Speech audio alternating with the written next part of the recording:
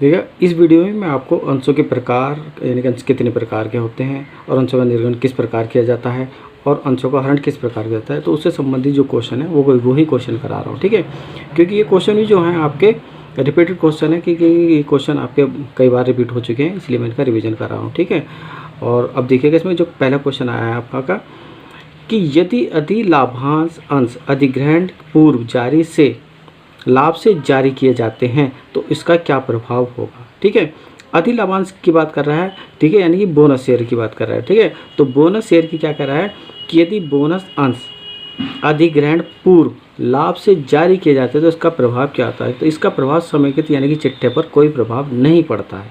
क्यों नहीं पड़ता है?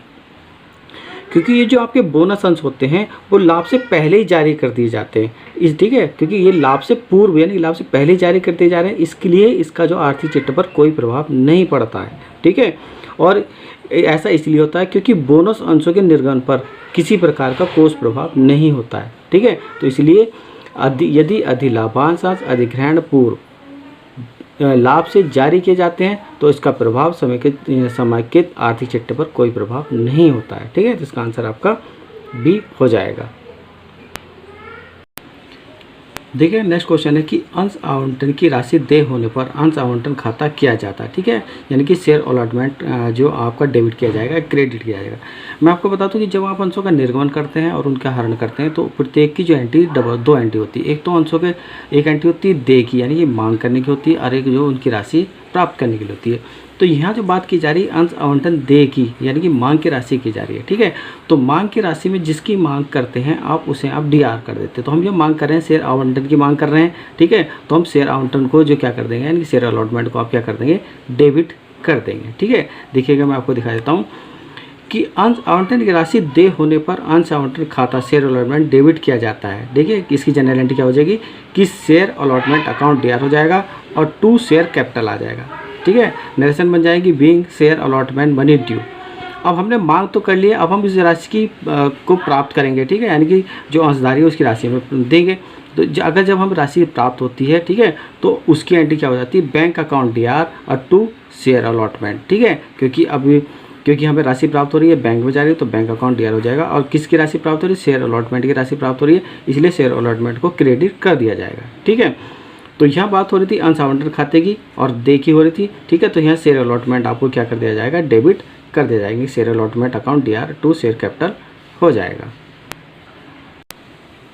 देखिए, नेक्स्ट क्वेश्चन है कि प्रथम याचना की राशि प्राप्त होने पर बैंक खाता किया जाता है। ठीक है, अभी देखिएगा मैंने आपको बताया था कि आपकी जो भी होगी share application, share allotment, first call, second call जितनी भी होगी उनकी जो आती डबल एंट्री होती है। एक तो मांग करने की होती है और एक प्राप्त करने की होती है। ठीक है, अब हमें ये राशि प्राप्त हो रही है, तो जब राशि प्राप्त होगी तो वो कहाँ जाएगी, बैंक खाते में जाएगी। ठीक है, तो बैंक खाते को हम क्या कर देंगे, डेबिट कर देंगे। ठीक है, देखिएगा इसकी एंट्री मांग की हो गई कि आपकी शेयर फर्स्ट कॉल की पहले मांग करोगे। ठीक है, याचना की राशि देय होने पर share first call account DR to share capital हो जाएगा। ठीक है, अब हमें याचना की राशि प्राप्त हो जाएगी, तो जब याचना की राशि प्राप्त होगी तो ठीक है हमारा क्या हो जाएगा, बैंक अकाउंट डीआर हो जाएगा to share first call credit हो जाएगा हमारा। ठीक है, तो हमारा क्वेश्चन में पूछ रहा था कि बैंक खाता क्या होगा, यानी कि याचना की राशि जब प्राप्त होगी तो बैंक खाता क्या होगा, तो बैंक खाता हमारा क्या हो जाएगा, डेबिट हो जाएगा। तो हमारा आंसर क्या हो जाएगा, ए डेबिट हो जाएगा।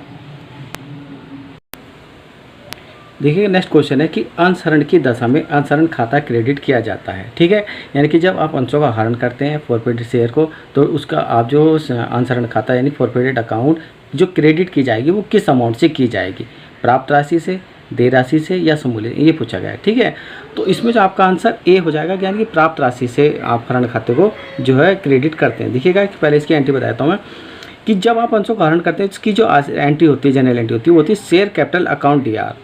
ठीक है, और टू में अनपेड कॉल, यानी कि वह कॉल जो कि आपको प्राप्त नहीं हो पाई है वह कॉल आ जाएंगी आपकी। ठीक है, और जो टू शेयर फॉरवर्ड कॉल यानी कि रिसीव कॉल होती है, यानी कि जो आपकी रिसीव कॉल हो जाती है। ठीक है, मान लीजिएगा आपका शेयर 10 रुपये का था। ठीक है, अब इस 10 रुपये के शेयर में जो रिसीव राशि जो आपको प्राप्त होगी वो 6 रुपये प्राप्त होगी। यानी मान लीजिएगा आपकी एप्लीकेशन और जो अलॉटमेंट की राशि प्राप्त हो गई है, मगर फर्स्ट कॉल और जो आपके सेकंड कॉल की राशि प्राप्त नहीं है, तो 10 में से 6 आपको प्राप्त होगी, इसका मतलब 4 रुपये आपको प्राप्त नहीं हुए हैं। ठीक है, तो हम जो हरण करते हैं केवल उसी राशि को हरण करते हैं, जब्त करते हैं जो हमें राशि प्राप्त हो जाती है। ठीक है, तो ये राशि जो है हमें कौन सी हुई है, रिसीव्ड मनी यानी कि प्राप्त राशि हुई है। तो इसलिए क्वेश्चन में कहा गया है कि अंश हरण की दशा में अंश हरण खाते को क्रेडिट किया जाता है। तो किस राशि से किया जाता है, प्राप्त राशि से किया जाता है, यानी कि जो राशि हमें प्राप्त हो जाती है। ठीक है, तो इसका आंसर क्या हो जाएगा, ए प्राप्त की राशि हो जाएगा। नेक्स्ट क्वेश्चन है कि हरण किए गए अंशों को पुनः निर्गमित करने के पश्चात अंश हरण खाते के शेष को खाते में हस्तांतरित किया जाता है। यानी कि जब आप अंशों का हरण कर देते हैं तो उस समय फॉरफिटेड की राशि, और जब आप रीइश्यू करते हैं यानी पुनर्निर्मित करते हैं तब फॉरफिटेड राशि का जो शेष बचता है उसको आप किस खाते में डालते हैं, तो आप उसे पूंजी संचय खाते यानी कैपिटल लेजर में हस्तांतरित कर देते हैं। ठीक है, देखिएगा कि जब आप अंशों का हरण की राशि होती है उसकी एंट्री क्या होती है, शेयर फॉरफिटेड अकाउंट डीआर हो जाती है, टू कैपिटल लेजर हो जाती है। ठीक है, तो कैपिटल लेजर में आप ट्रांसफर कर रहे हैं। ठीक है, तो आपका आंसर क्या आ जाएगा, पूंजी संचय खाते में आप हस्तांतरित कर देते हैं। नेक्स्ट क्वेश्चन है कि निर्गमित ऋण पत्रों पर देय अभिगोपन कमीशन निम्न तक सीमित होता है। ठीक है, तो ये मैं आपको बता दूं कि जो ऋण पत्रों पर जो देय कमीशन होता है वो आपका 2.5% होता है। अगर ऋण पत्रों में अभिगोपन कमीशन पूछा है तो 2.5%, और अगर अंशों पर जो अभिगोपन कमीशन पूछा जाता तो वो आपका 5% होता है। ठीक है, तो आपको ध्यान रखना है क्योंकि ऋण पत्रों पर देय कमीशन पूछ रहा है तो ऋण पत्रों पर देय कमीशन आपका कितना हो जाएगा, 2.5% हो जाएगा आपका। नेक्स्ट क्वेश्चन है कि एक कंपनी अपने द्वारा हरण किए गए अंशों को पुनर्निर्गमन कर सकती है। ठीक है, तो एक कंपनी अपने अंशों को हरण करने के बाद जो पुनर्निर्गमन जो प्रीमियम पर भी कर सकती है, अंकित मूल्य पर भी कर सकती है, छूट पर भी कर सकती है। इसका आंसर आ जाएगा उपरोक्त सभी पर कर सकती है। ठीक है,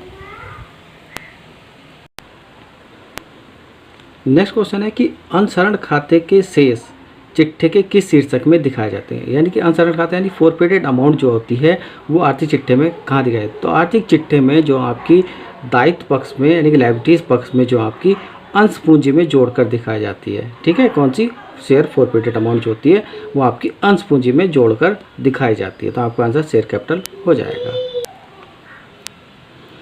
देखिए नेक्स्ट क्वेश्चन है कि राम के पास 100 रुपये वाले 50 अंश है जिन पर 80 रुपये प्रति अंश प्राप्त हो चुके हैं। अंतिम याचना की राशि न मिलने पर इन अंशों का हरण कर लिया जाता है और इस दशा में अंशहरण खाता क्रेडिट किया जाएगा। ठीक है, यानी कि शेयर फॉरफिटेड की अमाउंट कितनी आएगी वो पूछ रहे हैं। ठीक है, तो शेयर फॉरफिटेड की जब आप अंशों का हरण करते हैं, मैंने आपको बताया है कि शेयर फॉरफिटेड की अमाउंट वो अमाउंट आती है जो कि हमें राशि प्राप्त हो चुकी होती है। तो देखिए हमारे पास कितने शेयर थे, 50 शेयर थे। 50 शेयर में से कितने शेयरों का प्राप्त हो चुका है, यानी कि 80 रुपये प्रति अंश, यानी कि 100 रुपये का जो शेयर था उस 100 रुपये में से 80 रुपये में प्राप्त हो चुके हैं। ठीक है, तो 50 की अगर हम मल्टीप्लाई किसी 80 से करेंगे तो कितने 4000 आ जाएगा। ठीक है, तो हम 4000 की राशि से क्रेडिट करेंगे शेयर फॉरफिटेड अकाउंट। ठीक है, देखिएगा इसकी मैं एंट्री भी दिखा देता हूँ। शेयर कैपिटल अकाउंट 5000 की, क्योंकि 5000 की क्यों आ जाएगी, क्योंकि आपके शेयर 100 रुपये के थे, एक शेयर जो 100 रुपये का था और हमारे पास अंश कितने थे, 50 रुपये के थे। तो 100 से हम 50 की मल्टीप्लाई करें 5000 आ जाएगा, तो शेयर कैपिटल हमारी टोटल 5000 आ जाएगी। ठीक है, कॉल इन एरर वो राशि होती है कि जो हमें राशि प्राप्त नहीं होती है। ठीक है, अब 100 रुपये में से हमें 80 रुपये प्राप्त हो रहे हैं तो 20 रुपये प्राप्त नहीं हो रहे, तो 20 की अगर हम 50 से मल्टीप्लाई करेंगे कितना आ जाएगा, 1000 आ जाएगा। तो कॉल इन एरर जो आ जाएगा हमारा वो आपका 1000 रुपये आ जाएगा। शेयर फॉरफिटेड की अमाउंट मैंने जो बताया कि जो राशि आपको प्राप्त हो जाती है, तो आपको जो 100 रुपये में से 80 रुपये प्राप्त हो रहे हैं। ठीक है, तो 100 की अगर 100 में से 80 रुपये प्राप्त हो रहे थे, 80 की हम 50 से जब मल्टीप्लाई करेंगे 4000 आ जाएगा। ठीक है, तो 4000 शेयर फॉरफिटेड की अकाउंट आ जाएगी आपकी। ठीक है, तो हम ये इसमें क्या कह रहा है कि इस दशा में अंशहरण खाता क्रेडिट किया जाएगा। वो किस राशि से किया जाएगा, वो 4000 की राशि से किया जाएगा, यानी कि शेयर फॉरफिटेड जो क्या होगा 4000 की राशि से किया जाएगा। देखिएगा नेक्स्ट क्वेश्चन है कि यदि समता अंश को जब्त किया जाता है तो पूंजी खाते को डेबिट किया जाता है। तो पूंजी खाता यानी कि शेयर कैपिटल आप जो होती है, तो शेयर कैपिटल को जो डेबिट किया जाता है, जितने आप अंशों पर याचना कर रहे हैं, मांग कर रहे हैं, ठीक है, उसी राशि से आप जो क्या करते हैं उस राशि को डेबिट करते हैं। ठीक है, तो इस क्या पूछा गया है कि पूंजी खाते को डेबिट किया जाएगा अंशों के याचित राशि से। ठीक है, यानी कि उन अंशों पर आप जितने रुपए की याचना कर रहे हैं, मांग करें, उसी राशि से आप शेयर कैपिटल को आप डेबिट करेंगे। ठीक है, नेक्स्ट क्वेश्चन है कि एक कंपनी के अंश का अंकित मूल्य 100 रुपये प्रति अंश है कंपनी ने इसे 150 रुपये प्रति अंश की दर से निर्मित किया है। बाजार में इस अंश की वर्तमान कीमत जो 200 रुपये है। कंपनी ने इन अंशों पर 20% की दर से लाभांश घोषित किया है। अब प्रति अंश लाभांश की राशि क्या होगी, ठीक है। तो मैं आपको बता दूं कि जो लाभांश दिया जाता है वो अंशों के अंकित मूल्य पर ही दिया जाता है, ठीक है। आपके बाजार मूल्य पर और निर्मित राशि पर नहीं दिया जाता, ठीक है। किस पर दिया जाता है लाभांश? अंकित मूल्य पर दिया जाता है। और अंकित मूल्य अंश का कितना है? 100 रुपये है। 100 रुपये पर आप 20% निकालें, कितना आएगा? 20 रुपये आ जाएगा। तो आपका लाभांश जो आ जाएगा 20 रुपये आपका आंसर हो जाएगा। देखिएगा नेक्स्ट क्वेश्चन है कि एक्स लिमिटेड ने आर को जारी किए गए प्रत्येक 10 रुपये वाले 100 समतांशों का अपहरण कर लिया, जिन पर 2 रुपये अंश पहली याचना पर और 3 रुपये अंतिम याचना की याचना का भुगतान नहीं मिला है। यानी कि जो कॉलिन एरर है, जो भुगतान नहीं मिला है वो आपका 2 और 3 5 रुपये नहीं मिला, और यानी कि 5 रुपये 10 में से 5 रुपये आपका मिल चुका है। ये अंश 1.5 रुपये प्रति अंश कटौती पर पुनः निर्मित किया गया। यानी कि जब इन्हें इशू किया जा रहा है तो 10 रुपये का शेयर है और 10 रुपये 1.5 रुपये की छूट पर, यानी कि 8.5 रुपये पर इशू किए जा रहे हैं। पूंजी संचय खाते में राशि जो हस्तांतरित होगी वो कितनी होगी, ठीक है। देखिए मैं आपको बता देता हूँ कि सबसे पहले जब अंशों का हरण करेंगे तो शेयर कैपिटल देखते हैं कि 100 समतांश है और एक शेयर की राशि कितनी है? 10 रुपये है। तो 100 की अगर हम मल्टीप्लाई करेंगे तो 1000 आ जाएगा, यानी शेयर कैपिटल जो आ जाएगी हमारी 1000 आ जाएगी। देखिएगा शेयर कैपिटल अकाउंट DR 1000 आ जाएगी, ठीक है। अब आती है हमारी कॉलिन एरर। कॉलिन एरर की जो राशि हमें प्राप्त नहीं हुई है, यानी कि जो फर्स्ट कॉल और सेकंड कॉल की राशि प्राप्त नहीं हुई, 2 और 3 यानी 5 रुपये प्राप्त नहीं हुए हैं 100 अंशों पर। तो 100 की अगर 5 से मल्टीप्लाई करें अगर 500 रुपये, तो 500 रुपये आपके कॉलिन एरर में आ जाएंगे। अब 500 रुपये इसमें जो आपकी एप्लीकेशन और लॉट जो राशि प्राप्त हो चुकी है, तो इसका मतलब शेयर फॉरफिटेड जो आ जाएगी 500 रुपये आ जाएगी। यानी कि जब आप अंशों का हरण किया तो फॉरफिटेड की राशि आपकी कितनी आई है? 500 रुपये आएगी। अब आप रीइशू करते हैं, जब रीइशू करते हैं तो इसकी जो एंट्री होती है, यानी कि आप 10 रुपये के शेयर को 1.5 रुपये छूट पर कर रहे हैं, यानी कि 8.5 रुपये पे इशू कर रहे हैं आप, तो आपको 8.5 रुपये, यानी कि 100 शेयर में 8.5 रुपये के रेट में आपको कितने मिलेंगे? 850 रुपये प्राप्त होंगे। तो यहाँ जो आपको जब हरण किए गए अंशों के पुनः निर्मित करोगे तो बैंक अकाउंट DR हो जाएगा आपका 850 रुपये हो जाएगा, ठीक है। और शेयर कैपिटल जो आप दिखाओगे कितनी, वो 1000 की दिखाओगे, क्योंकि 10 रुपये वाले 100 समता से शेयर थे तो 1000 हो गए। अब 1000 शेयर पर आपको 850 रुपये मिल रहे हैं, तो कितने रुपए नहीं मिल पा रहे हैं आपको? 150 रुपये। तो ये 150 रुपये फॉरफिटेड हो जाएंगे। अब मैंने आपको बताया था कि जब आप पूंजी संचय खाते में कौन सी राशि हस्तांतरित करते हैं, तो अंशों का हरण करते समय फॉरफिटेड राशि आपकी कितनी है? 500 रुपये। और रीइशू करते समय फॉरफिटेड राशि कितनी है आपकी? 150 रुपये। तो इस फॉरफिटेड की राशि में से ये फॉरफिटेड की राशि आप घटा देंगे, यानी कि 500 में से आप 150 घटा देंगे, आपकी राशि कितनी बचेगी? 350 बचेगी, यानी 350 रुपये बच जाएगी। तो वो 350 रुपये जो आप जो है वो शेयर कैपिटल अकाउंट के नाम से और कैपिटल लेजर में ट्रांसफ़र कर देंगे, ठीक है। तो हम कितनी राशि जो आपको शेयर कैपिटल लेजर में ट्रांसफ़र कर रहे हैं? 350 कर रहे हैं ना, तो हमारा आंसर क्या हो जाएगा? 350 रुपये हो जाएगा। देखिए नेक्स्ट क्वेश्चन है कि हरण किए गए अंशों के पुनर्निर्गमन पर जो लाभ प्राप्त होता है उसे किस खाते में हस्तांतरित किया जाता है। तो जब आप अंशों का पुनर्निर्गमन करते हैं यानी रीइशू करते हैं, तो जब लाभ होता है तो उसे भी आप पूंजी संचय खाते में यानी कैपिटल लेजर खाते में ही ट्रांसफ़र करते हैं। तो इसका आंसर बी हो जाएगा। नेक्स्ट क्वेश्चन है कि ₹2 के प्रीमियम पर जारी 10 का शेयर जिस पर पूरी राशि मांगी गई है, ₹4 का भुगतान न होने के कारण जब्त कर लिया गया है। शेयर पूंजी खाते में कितनी राशि दर्ज होगी, यानी कि शेयर कैपिटल अकाउंट में आप कितनी राशि दर्ज करोगे, ठीक है, यानी कि कितनी की एंट्री करोगे आप। तो जब आप अंशों का हरण करते हैं तो अंशों को हरण करते समय जो शेयर कैपिटल की अमाउंट की जो राशि होती है वो वही राशि होती है जो कि आप राशि मांग करते हो, यानी कि जितनी राशि की आप कॉल करते हो। तो आप कितने रुपए का शेयर है? 10 रुपये का शेयर है, तो 10 रुपये की ही मांग करोगे आप।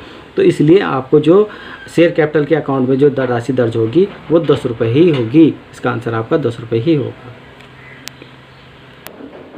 देखिए नेक्स्ट क्वेश्चन है कि ₹1 के प्रीमियम पर जारी 10 रुपये का एक शेयर जिस पर 9 रुपये प्रीमियम सहित मांगी गई है, ₹7 प्रीमियम से प्रदत्त है जो जब्त कर लिया गया है। तो पूंजी खाते यानी कि शेयर कैपिटल में आपकी कौन सी राशि आप लिखोगे, ठीक है, यानी कि लेखा किया जाएगा।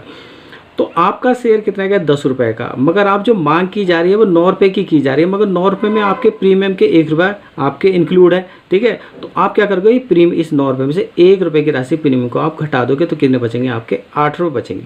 तो शेयर कैपिटल जो बच जाएगी वो आपकी कितनी बच जाएगी, 8 रुपये बच जाएगी। यानी कि शेयर कैपिटल जो आप अमाउंट जो शो करोगे वो 8 रुपये शो करोगे। देखिएगा, शेयर कैपिटल अकाउंट डीआर आपकी 8 रुपये, कॉलअप यानी कि वैल्यू यानी कि जो आपकी 8 रुपये की ही मांग करेंगे, आप प्रीमियम इसमें से घटा देंगे। टू में यानी क्रेडिट में शेयर कॉल्स आ जाएगी। शेयर कॉल्स भी आप देखिएगा 6 रुपये आ जाएगी। क्यों, क्योंकि इसमें भी प्रीमियम आपके 1 रुपया है। 7 रुपये में जो प्रीमियम सही था इसमें से 6 रुपये, 7 रुपये में से एक प्रीमियम के घटा दें, कितने बचेंगे, 6 बचेंगे। तो इसलिए हम जो मांग करेंगे वो कितनी अनपेड जो हो जाएगी आपकी, वो कितनी हो जाएगी, वो 6 रुपये से हो जाएगी।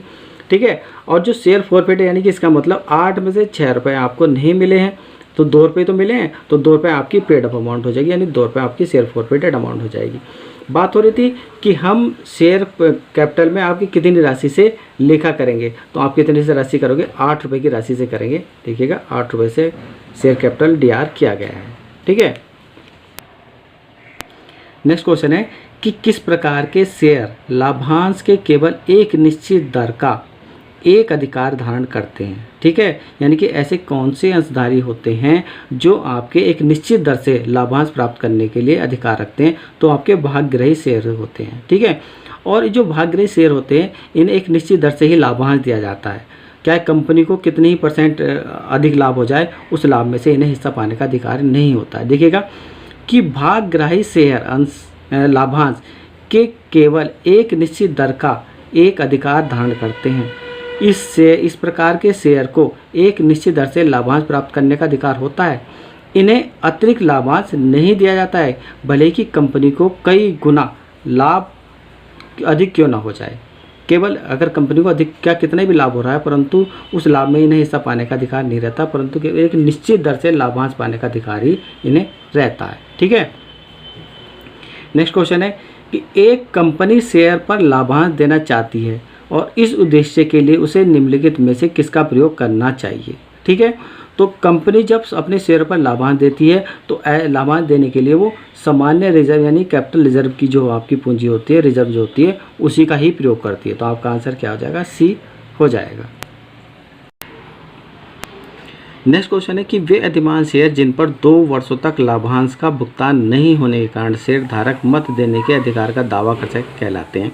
संचयी अधिमान शेयर कहलाते हैं, क्योंकि संचयी अधिमान शेयर धारक वे धारक होते हैं कि यदि किसी कारणवश कंपनी इनके अंशों का इनके लाभांश का भुगतान नहीं कर पाती है, तो इनके जो लाभांश जो होता है वो संचय होता रहता है। ठीक है, देखिएगा कि सामान्यतः संचयी अधिमान अंशों से आशय ऐसे अंश से है जिन पर 2 वर्षों तक लाभांश भुगतान नहीं है तो शेयर धारक को मत देने के अधिकार के लिए दावा कर सकते हैं। और यदि किसी कारणवश पर्याप्त लाभ न होने के कारण इन अंशों पर वर्तमान लाभांश का भुगतान नहीं किया जा सके, तो इसका संचय करके आगामी वर्ष में भुगतान किया जा सकता है, क्योंकि इनका जो लाभांश होता है वो संचय होता रहता है। ठीक है, तो इसलिए इन्हें संचयी अधिमान शेयर कहा जाता है। नेक्स्ट क्वेश्चन है कि ₹10 प्रति अंश शोध्य पूर्वाधिकार अंश में से कौन सा शोधन उपयुक्त होता है। ठीक है, तो मैं आपको बता दूं कि शोध्य पूर्वाधिकार अंश कि कंपनी केवल उन्हीं पूर्वाधिकार अंशों का शोधन कर सकती है जो कि पूर्णदत्त होते हैं, अर्थात जिन पर पूरी राशि पूर्णदत्त यानी पूरी राशि चुका दी जाती है। यानी कि 10 रुपये का शेयर है, उन अंशों पर 10 रुपये की राशि पूरी चुका दी जाती है। उन्हीं अंशों का जो है कंपनी क्या करती है, शोधन कर सकती है। और जिन अंशों पर जो अंश आपके पूर्णदत्त नहीं होते, उन अंशों का कंपनी शोधन नहीं करती है। ऐसी कंडीशन में कंपनी क्या करती है, पहले उन अंशों को पूर्णदत्त करेगी, तभी उन अंशों का शोधन करेगी। ठीक है, तो कहा गया है कि 10 रुपये प्रति अंश शोध्य पूर्वाधिकार अंशों में से कौन सा शोधन उपयुक्त होगा। तो इसका आंसर हो जाएगा कि जिन पर 10 रुपये प्रति अंश भुगतान किया जा चुका है। ठीक है, क्योंकि ये जो अंश जो हैं ये आपके पूर्णदत्त हो चुके हैं, यानी कि 10 रुपये पर आपके पूरे 10 रुपये की याचना यानी कि दूसरी पूरी 10 रुपये की जो राशि आपको प्राप्त हो चुकी है। ठीक है, तो यही आपका आंसर हो जाएगा। नेक्स्ट क्वेश्चन है कि जब कोष को पंजीकृत करना हो तब मौजूदा अंश धारकों को निर्मित किए जाने वाले अंश को कहते हैं। ठीक है, तो जो वर्तमान अंशधारकों के लिए जो अंश निर्मित किए जाते हैं उन अंशों को हम क्या कहते हैं, बोनस अंश कहा जाता है। ठीक है, देखिएगा कि जब कोष को पंजीकृत करने के लिए मौजूद अंश धारकों के लिए अंश निर्मित किए जाते तो उन्हें बोनस अंश कहा जाता है। ठीक है, तो आपका आंसर आ जाएगा बोनस अंश हो जाएगा।